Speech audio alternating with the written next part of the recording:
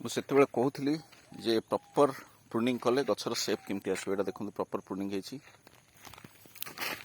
लो height रू 3टा branch छड़ा है गचर देखो केते ग्रोथ आसी डालर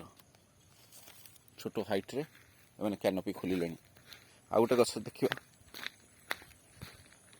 2 फुट प्रूनिंग है तार कैनोपी देखो एबे जानी पारछंती छोट गछ बड़ गछ लगार डिफरेंस कौन ये गछ सब छोट लगी यार कैनोपी देखो केमती खोली 1 ईयर गछ किंतु वी आर एक्सपेक्टिंग ए वर्ष इथरू फल आसवे और हार्वेस्ट नब हम ये गछ देख छोट गछ लो हाइट प्रूनिंग है कैनोपी खोलिला ये सब तक प्रूनिंग हो जाए साइज रे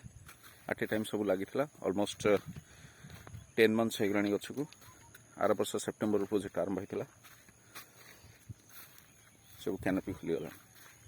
तेणु प्रूनिंगटा मस्ट केबे भी बड़ गछ आनिक लगेबेनि जदि कमर्शियल फार्म कर छोट गछ लगातु बहुत कम हाइट प्रूनिंग करंतु आ जोटा कि तार कैनोपी खोली गछ स्ट्रंग और हेल्दी रहिबो पर्टिकुलरली रज समय ही आपण प्रूनिंग करंतु वर्षा दिनिया प्रूनिंग करंतु प्रूनिंग कर साला परे कपर ऑक्सीक्लोराइड